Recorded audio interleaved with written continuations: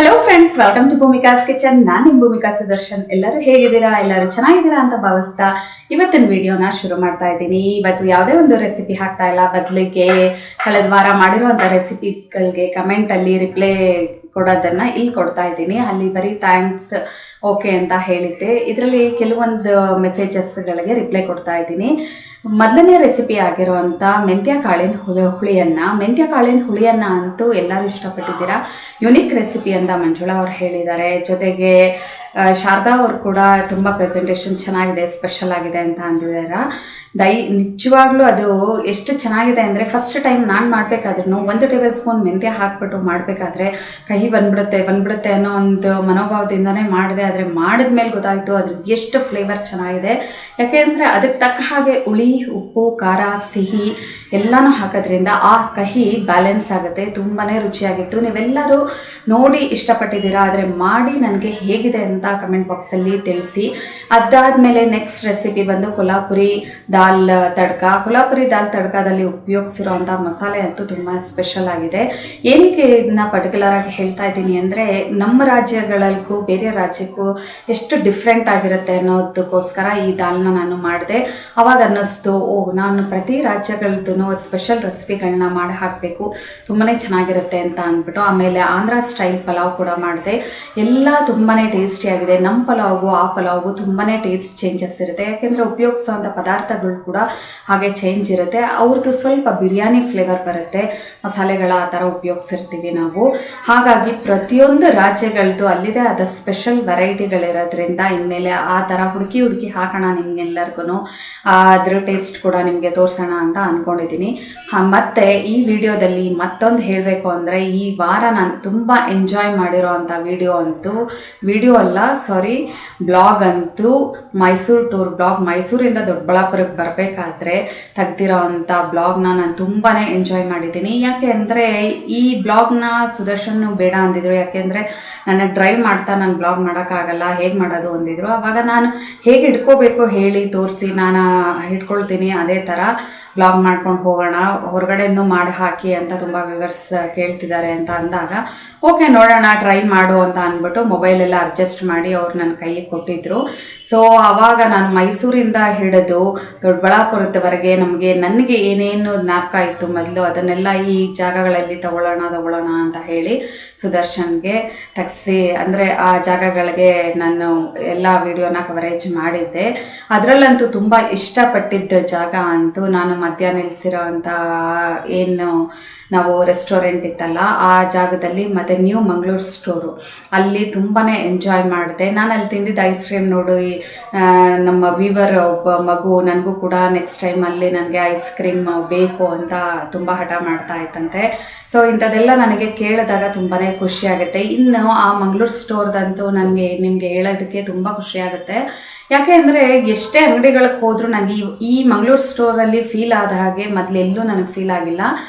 ಈ ಮಂಗಳೂರು ಸ್ಟೋರಲ್ಲಿ ಸ್ಟೋರ್ ಕೀಪರ್ಗೆ ನನಗೆ ಹೇಗೆ ವಿಜುವಲಿ ಇಂಪ್ಯಾರ್ಡು ನನಗೆ ಕಾಣಿಸಲ್ಲ, ನಿಮ್ಮಲ್ಲಿರೋ ಅಂಥ ಐಟಮ್ಸ್ಗಳನ್ನ ನಾನು ಟಚ್ ಮಾಡ್ಬೋದಾ, ತೋರಿಸ್ತೀರಾ ಅಂತ ಅಷ್ಟೇ ನಾನು ಕೇಳಿದ್ದು ಅವ್ರಿಗೆ ನಾನು ಆ ಥರ ಕೇಳಿದ್ದಾಗ ನಾನು ಬರೀ ಟಚ್ ಮಾಡೋದಕ್ಕೆ ಬಿಡ್ತಾರೆ ಅಂದ್ಕೊಂಡಿದ್ದೆ. ಅದ್ರ ಬದಲಾಗಿ ಅವರು ಪ್ರತಿಯೊಂದೊಂದು ಐಟಮ್ಸ್ಗಳನ್ನೂ ನೋಡಿ ಮೇಡಮ್ ಇದು ಹೀಗಿದೆ ಅಂತ ಪ್ರತಿಯೊಂದು ವಿವರಣೆ ಮಾಡಿ ನನಗೆ ಹೇಳಿದ್ರು. ನೀವೆಲ್ಲ ನೋಡಿದಾಗ ನಿಮ್ಗೆ ಎಷ್ಟು ಸಂತೋಷ ಆಗುತ್ತೋ ಅಷ್ಟೇ ಸಂತೋಷ ನನಗೆ ಕೂಡ ಆಯಿತು. ಯಾಕೆಂದರೆ ಅವ್ರು ಒಂದೊಂದು ವಿವರಿಸಿ ನನ್ನ ಕೈಗೆ ಅದನ್ನ ಮುಟ್ಟಿ ಟಚ್ ಮಾಡಿ ನಾನು ನೋಡಿದಾಗ ನನಗೆ ಅದು ಹೇಗಿದೆ ಅಂತ ಒಂದು ಇಮ್ಯಾಜಿನೇಷನಲ್ಲಿ ನನಗೆ ಫೀಲ್ ಆಯಿತು. ಫಸ್ಟು ಅವ್ರು ನನಗೆ ತೋರಿಸಿದ್ದು ಮರದ ಬೌಲು ಜೊತೆಗೆ ಬಿದಿರು ಬೌಲು, ಅಂದರೆ ಬ್ಯಾಂಬೂ ಬೌಲು. ಎಷ್ಟು ಡಿಫ್ರೆನ್ಸಸ್ ಇತ್ತು ಅಂದರೆ, ಮರದ ಬೌಲು ಸ್ವಲ್ಪ ವೆಯ್ಟ್ ಇತ್ತು, ಬಿದಿರು ಬೌಲು ಹಗುರವಾಗಿತ್ತು. ಫಿನಿಶಿಂಗ್ ಕೂಡ ಎರಡರಲ್ಲೂ ತುಂಬಾ ವೇರಿಯೇಷನ್ ಇತ್ತು. ಆ ಅಂಗಡಿಯಲ್ಲಿ ನಾನು ಸ್ಪೆಷಲ್ಲಾಗಿ ಅಬ್ಸರ್ವ್ ಮಾಡಿದ್ದು ಏನಪ್ಪ ಅಂತ ಅಂದರೆ, ಫಿನಿಶಿಂಗು ಪ್ರತಿಯೊಂದು ಪ್ರಾಡಕ್ಟಲ್ಲೂ ತುಂಬ ಚೆನ್ನಾಗಿತ್ತು.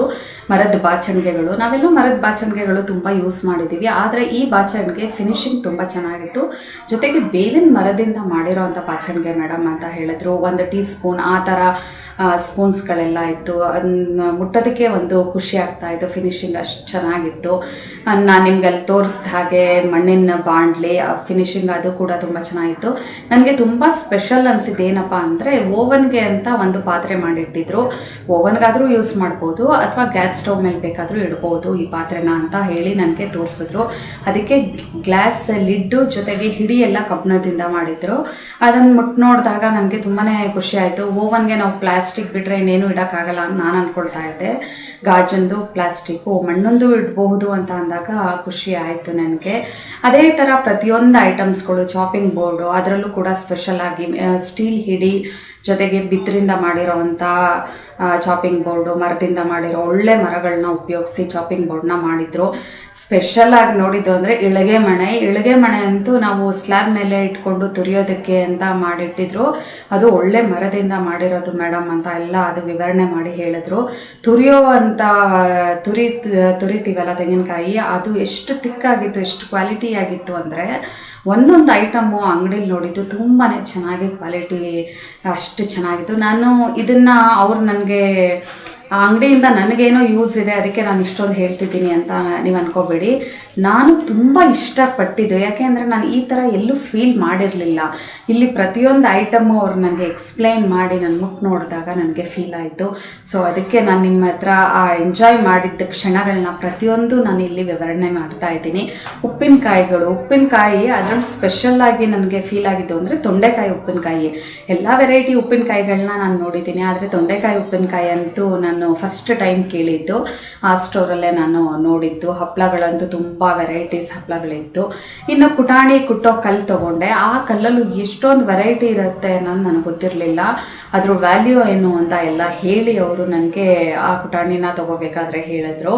ಇದನ್ನು ನಾವು ಏನು ಜಲ್ಲಿ ಕಲ್ಲು ಕುಡ್ತೀವಲ್ಲ ಆ ಥರ ಐಟಮಲ್ಲೂ ಮಾಡ್ತಾರೆ ಮೇಡಮ್, ಆದಷ್ಟು ಒಳ್ಳೇದಲ್ಲ, ಅದು ಕುಟ್ತಾ ಇದ್ರೆ ಆ ಕಲ್ಲೆಲ್ಲ ಪುಡಿಯಾಗಿ ಹೋಗ್ಬಿಡುತ್ತೆ ಅಂದರು. ಆಮೇಲೆ ಚಪ್ಪಟಿ ಕಲ್ಲು ಆ ವೆರೈಟಿಲೂ ಮಾಡ್ತಾರೆ, ಅದು ಏನು ಅಂತ ಬಳಕೆ ಬರಲ್ಲ, ಹೋಗ್ಬಿಡುತ್ತೆ.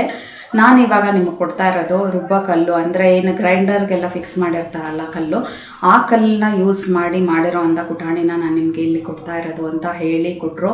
ಪ್ರತಿಯೊಂದು ಪ್ರಾಡಕ್ಟ್ಸ್ನೂ ಆ ಥರ ಅವರು ವಿವರಣೆ ಮಾಡಿ ಕೊಟ್ಟಾಗ ನನಗೆ ತುಂಬ ಖುಷಿ ಆಯಿತು. ಅದರ ವ್ಯಾಲ್ಯೂ ಏನು ಅಂತ ನನಗೆ ತುಂಬಾ ಗೊತ್ತಾಯಿತು. ಸೊ ಈ ಅಂಗಡಿಯಲ್ಲಿ ನಾನು ಪ್ರತಿಯೊಂದನ್ನು ಎಂಜಾಯ್ ಮಾಡಿದೆ. ಈ ಬ್ಲಾಗಲ್ಲಿ ಪ್ರತಿಯೊಂದು ಒಂದು ಸ್ಟಾರ್ಟಿಂಗಿಂದ ಹಿಡಿದು ಕೊನೆಯವರೆಗೂ ತುಂಬಾ ಎಂಜಾಯ್ ಮಾಡಿದೆ. ಸೊ ಅದನ್ನೆಲ್ಲ ನಿಮ್ಮ ಹತ್ರ ಹೇಳ್ಕೋಬೇಕು ಈ ಸಂಡೇ ಬ್ಲಾಗಲ್ಲಿ ಅಂತ ಕಾಯ್ತಾ ಇದ್ದೆ. ಸೊ ಪ್ರತಿಯೊಂದೂ ಹೇಳಿದ್ದೀನಿ. ಅದರಲ್ಲೂ ನಾವು ಬರಬೇಕಾದ್ರೆ ಮಳೆ ಬರ್ತಾನೆ ಇತ್ತು, ಜೊತೆಗೆ ಅಕ್ಕಪಕ್ಕ ಎಲ್ಲ ನೀರು ತುಂಬಿರೋದನ್ನೆಲ್ಲ ಸುದರ್ಶನ್ ಹೇಳ್ತಾ ಇದ್ರು. ಒಂದು ತೋಟ ಅಂತೂ ನಾನು ಕಾಲು ಭಾಗ ತೆಂಗಿನ ಮರದಷ್ಟು ಮುಚ್ಚಿದೆ ಅಂತ ಅಂದ್ಕೊಂಡು ಹೇಳಿದೆ ನಿಮಗೆ, ಆದರೆ ಸುದರ್ಶನ್ ಹೇಳಿದ್ರು ಕಾಲು ಭಾಗ ಅಲ್ಲ, ಕಾಲು ಭಾಗ ಕಾಣಿಸ್ತಿದೆ ಅಷ್ಟೇ, ಮುಕ್ಕಾಲು ಭಾಗದಷ್ಟು ತೆಂಗಿನ ಮರ ಅಲ್ಲಿ ಮುಚ್ಚೋಗ್ಬಿಟ್ಟಿದೆ, ಅಷ್ಟು ಆ ತೋಟದೊಳಗಡೆ ನೀರು ಹೊಟ್ಟೋಗಿದೆ ಅಂತ ಹೇಳಿದ್ರು. ಸೊ ಬೆಂಗಳೂರಲ್ಲೂ ಎಲ್ಲ ಇದೇ ಥರ ಆಗಿದೆ ಅಂತ ಹೇಳ್ಕೊಂಡು ಬಂದರು. ಸೊ ಇದನ್ನೆಲ್ಲ ಕೇಳಿದಾಗ ನನಗೆ ಅಲ್ಲಿ ನಡೀತಾ ಇದ್ದಿದ್ದೆಲ್ಲ ಇಮ್ಯಾಜಿನೇಷನಲ್ಲಿ ಫೀಲ್ ಮಾಡಿಕೊಂಡು ತುಂಬ ಖುಷಿ ಆಯಿತು. ಸೊ ಈ ಬ್ಲಾಗ್ದು ಎಲ್ಲ ವಿವರಣೆಗಳನ್ನ ನಾನು ನಿಮ್ಮ ಹತ್ರ ಹೇಳ್ಕೊಂಡು ಎಂಜಾಯ್ ಮಾಡಿದ್ದೀನಿ. ಈ ವಿಡಿಯೋ ನಿಮ್ಗೇನು ಅನ್ನಿಸ್ತು ಅಂತ ಕಮೆಂಟ್ ಮಾಡೋದನ್ನು ಮಾತ್ರ ಮರಿಬೇಡಿ. ಈ ವಿಡಿಯೋ ನಿಮ್ಗೆ ಇಷ್ಟ ಆಗಿದ್ರೆ ಲೈಕ್ ಮಾಡಿ, ಶೇರ್ ಮಾಡಿ. ಯಾರೆಲ್ಲ ಇನ್ನು ಭೂಮಿಕಾಸ್ ಕಿಚನ್ಗೆ ಸಬ್ಸ್ಕ್ರೈಬ್ ಆಗಿಲ್ಲ ಆದಷ್ಟು ಬೇಗ ಸಬ್ಸ್ಕ್ರೈಬ್ ಆಗಿ. Thanks for watching.